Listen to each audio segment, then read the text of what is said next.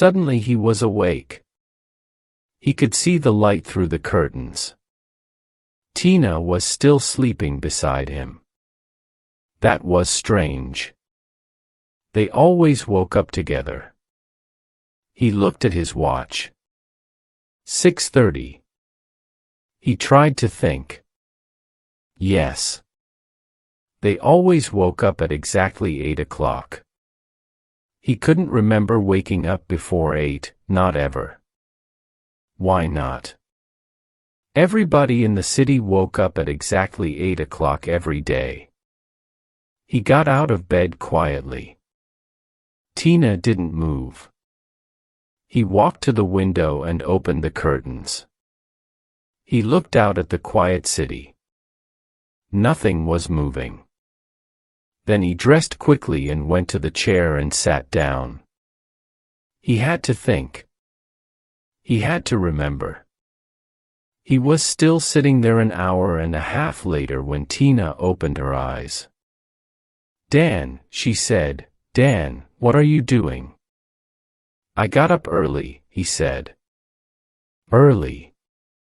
It sounded strange. But why did it sound strange? "Dan, is anything wrong?" "Wrong? No, nothing's wrong. I just wanted to get up, that's all." Tina dressed. She smiled brightly. "It's time for breakfast," she said. "Come on, we mustn't be late."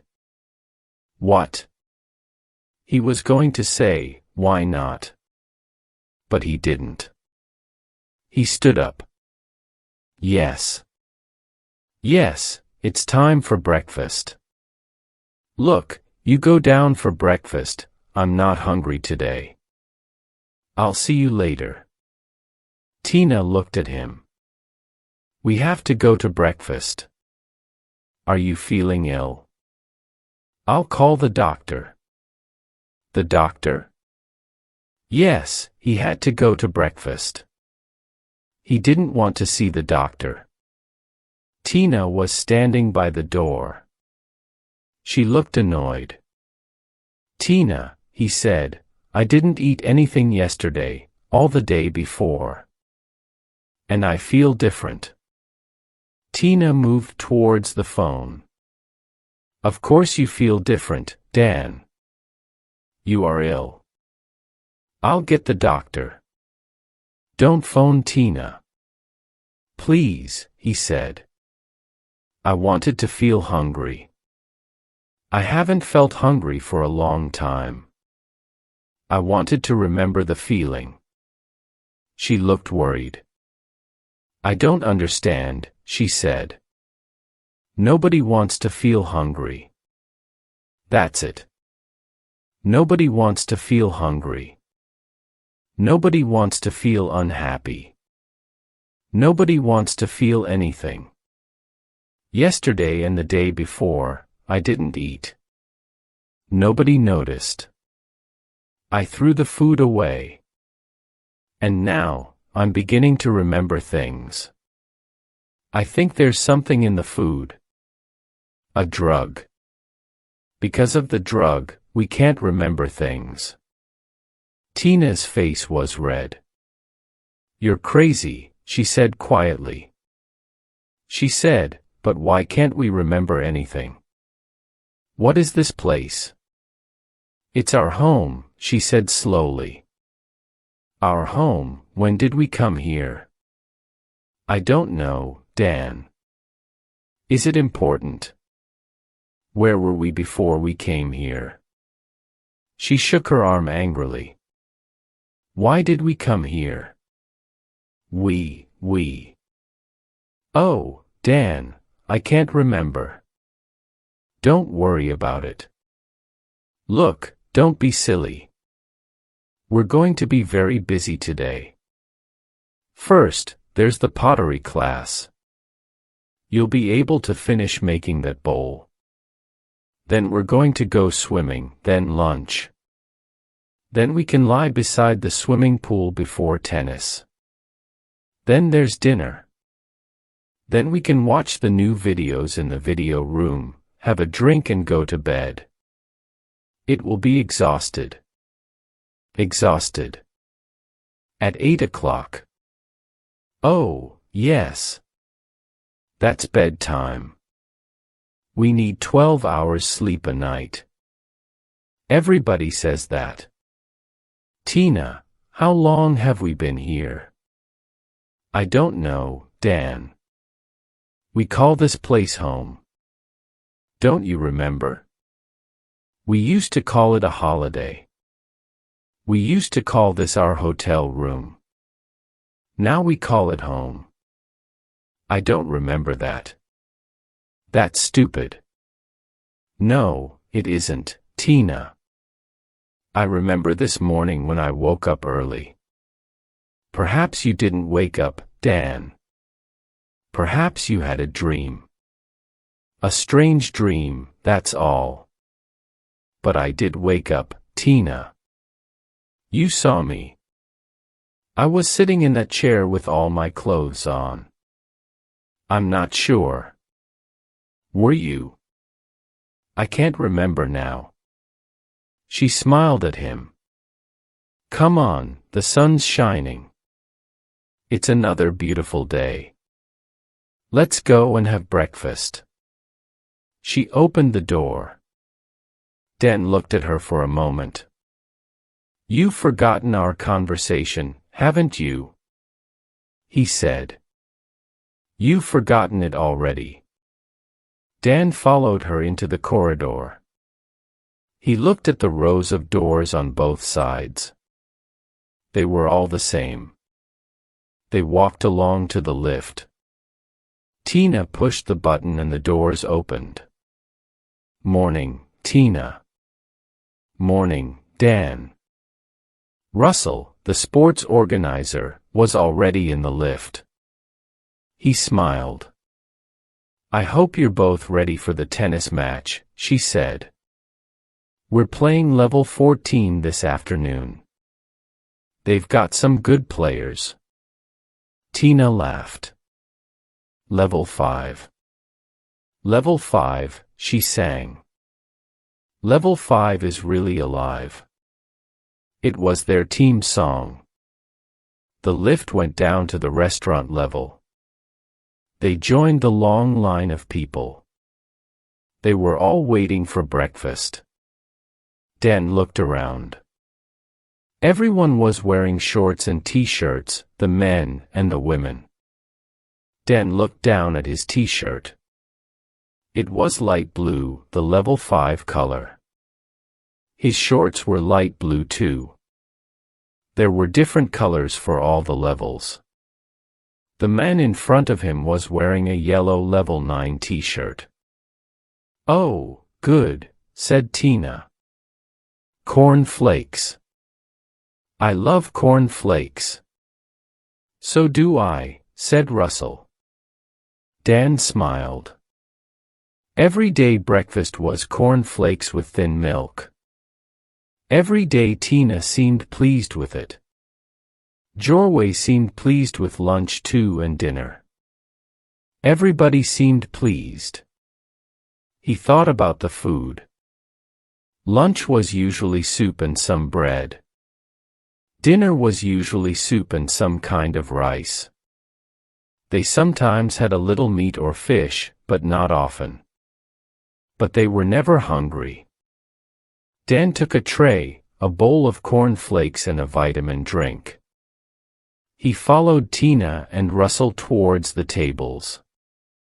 The restaurant had big windows and through them you could see the large swimming pool. The families with children all lived on the other side of the pool. On this side there were only people without children. Dan stopped and thought. And none of us ever have children. And the youngest children on the other side are 10 or 11 years old. They used to be younger. He could remember babies.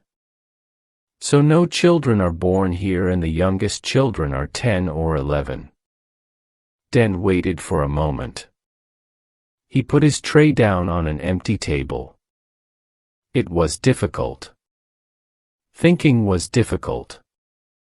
So maybe that's how long we've been here, 10 or 11 years. He felt pleased with himself. He looked around quickly. Nobody was watching him. He picked up his tray again and walked over to the waste disposal unit. Quickly he threw the food and drink away. He looked around again. No. Nobody saw him. He started to walk to Tina's table. And there are no sick people, he thought. They take them to a hospital somewhere. Nobody else leaves. Never. He stopped. There was Jack. Jack went to hospital. But when? He walked over to Jack's table. Jack, good morning, he said. Good morning, Dan. Lovely day, isn't it? How's your leg, Jack? Is it better? Jack looked surprised. My leg. There's nothing wrong with my leg. Don't you remember, Jack? You hurt your leg. You cut it by the swimming pool. I was with you. You fell on a bottle and it broke and cut you badly. They took you to hospital. You went in a helicopter. Jack stopped eating. He looked worried for a moment. Then he laughed. I've never been to hospital in my life, he said. And I've never been in a helicopter. Is this a joke? Dan looked down. Jack was wearing green, level 11 shorts. He could see the long red scar on Jack's leg. He looked at Jack again. Jack was smiling. Dan, are you all right? It was Russell.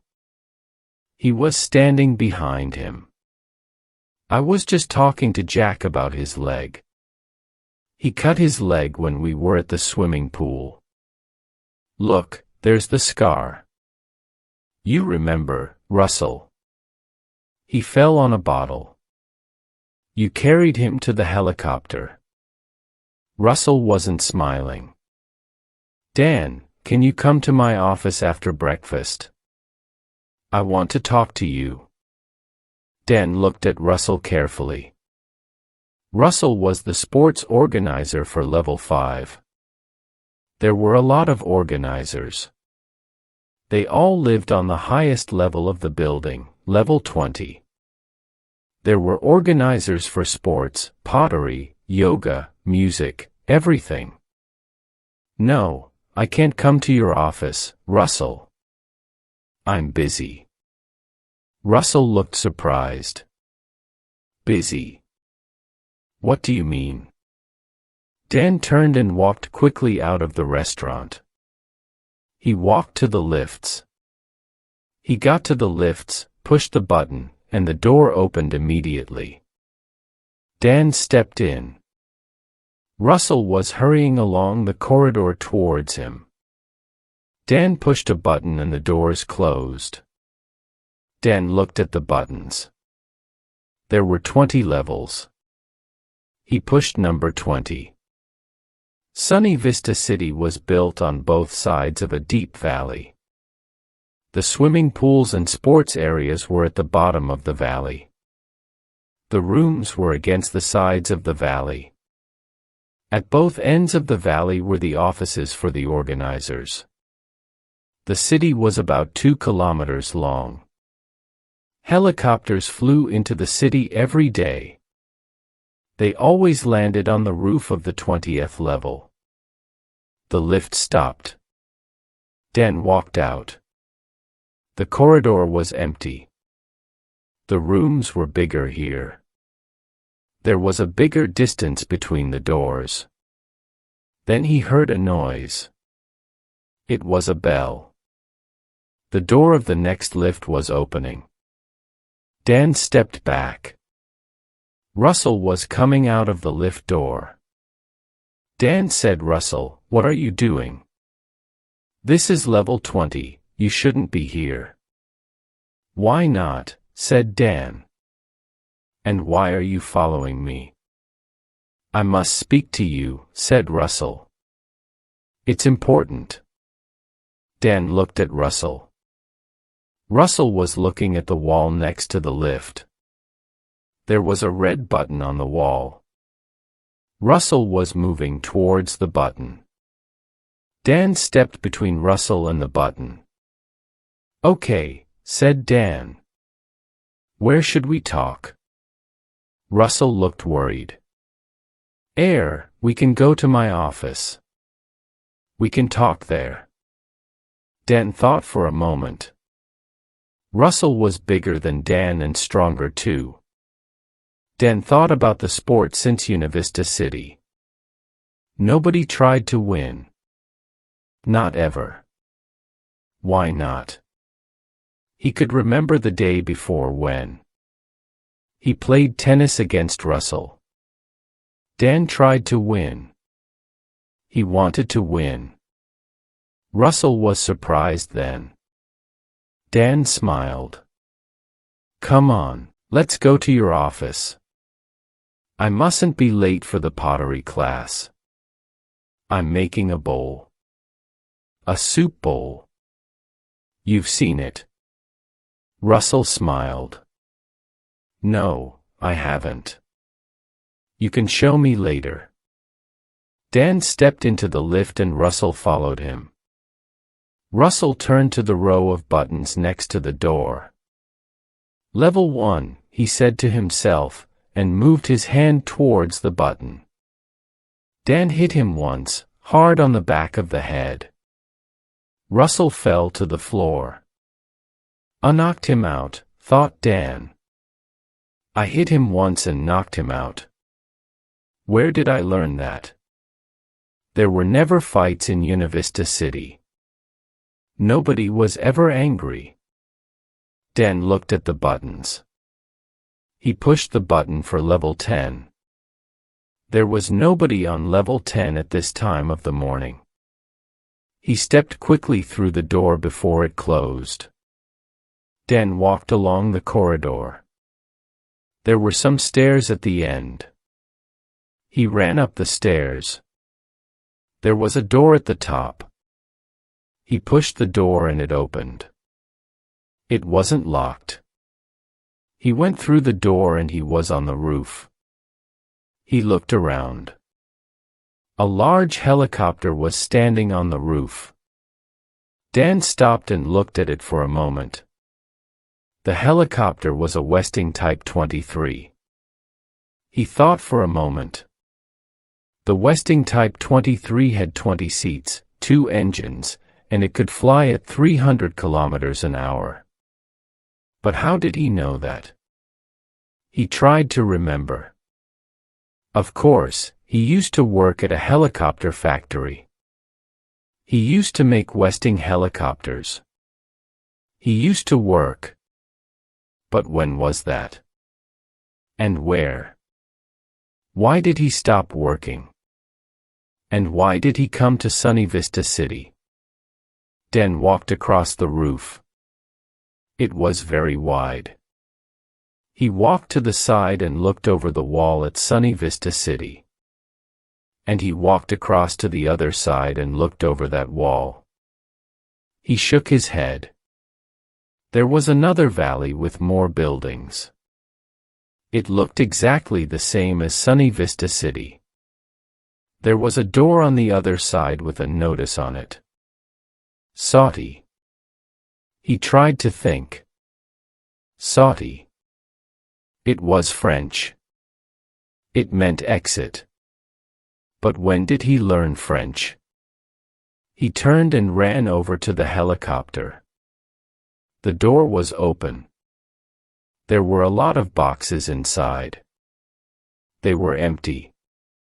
Dan climbed in and hid behind the boxes. There was writing on the boxes. One said Sunny Vista City. Another said, Club du Soleil. A third said Playa del Sol. He thought about the writing, English, French and Spanish. He looked at some more boxes. Some were German. Some were Italian. One was Portuguese. He sat there for about 10 minutes. Then he heard voices. The door closed. 2 men got into the front of the helicopter. Dan listened. Well, that's it.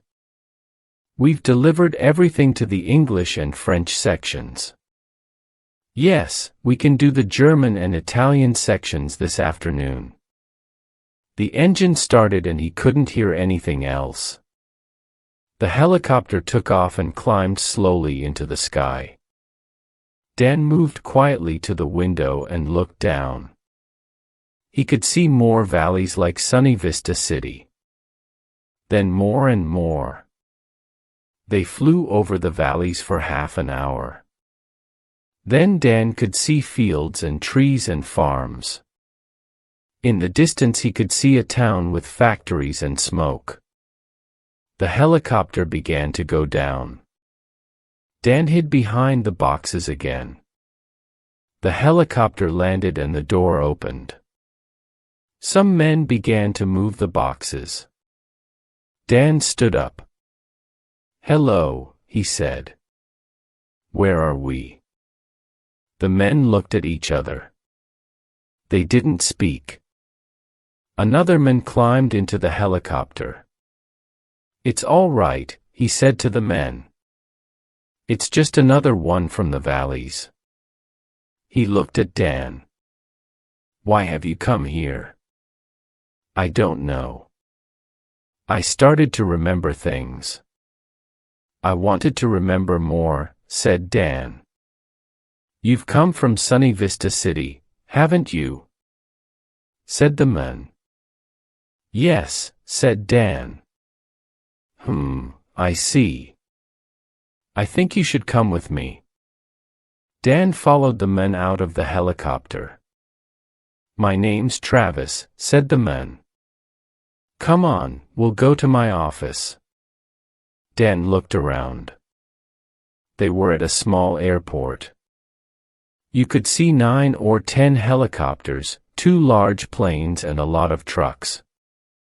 The helicopters were all Westing 23s. Then were putting boxes into them. There were fields around the airport and a small road going towards the town in the distance. Travis took Dan to a small building.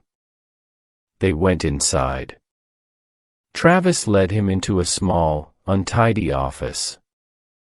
Dan looked around.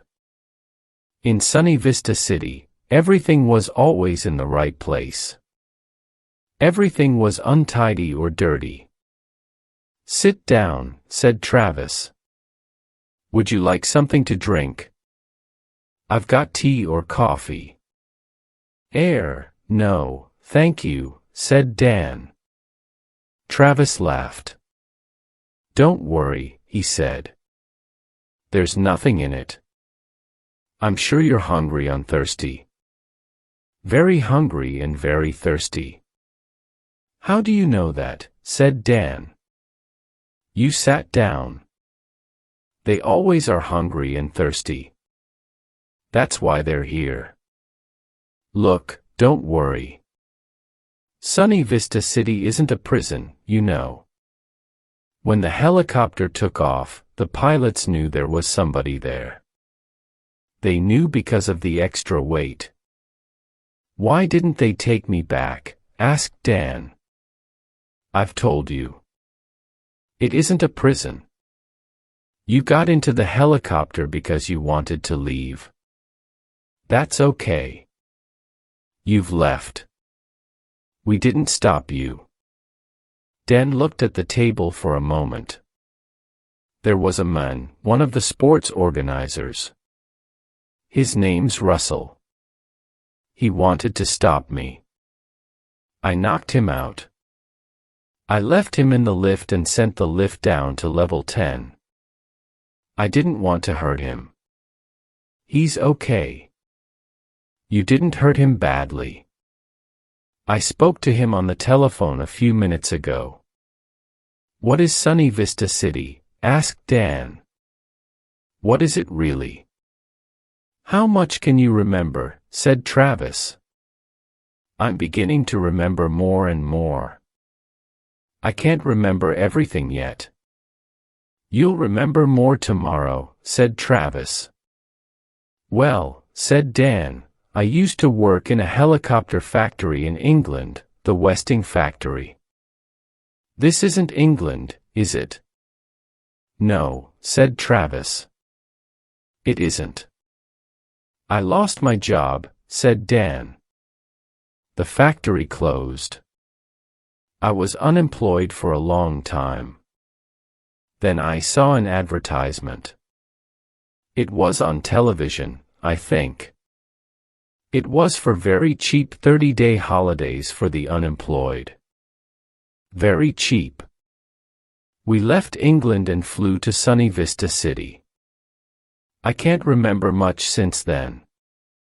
But I remember something.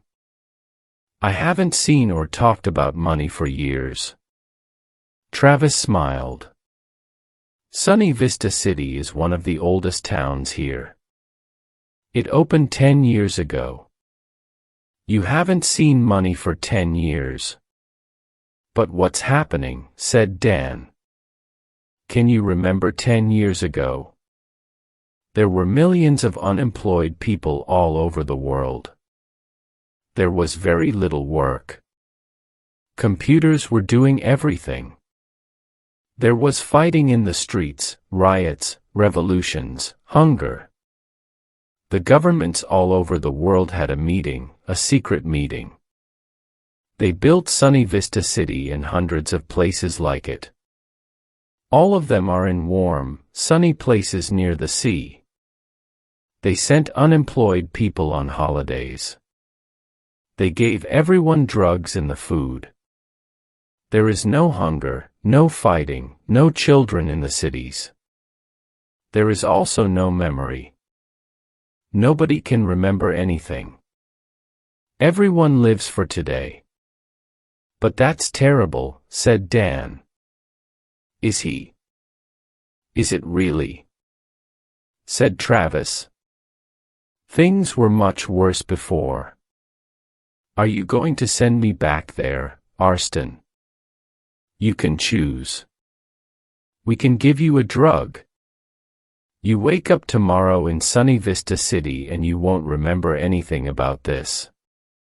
You said I can choose, said Dan. Yes. You can stay here. You can go back to England. We'll find you a job. Life will be difficult. You'll have to work hard and... But I'll be free, said Dan. Yes, you will. A few people, only 1 or 2%, leave Sunny Vista City and the other cities every year. That isn't a problem. We can find jobs for those people.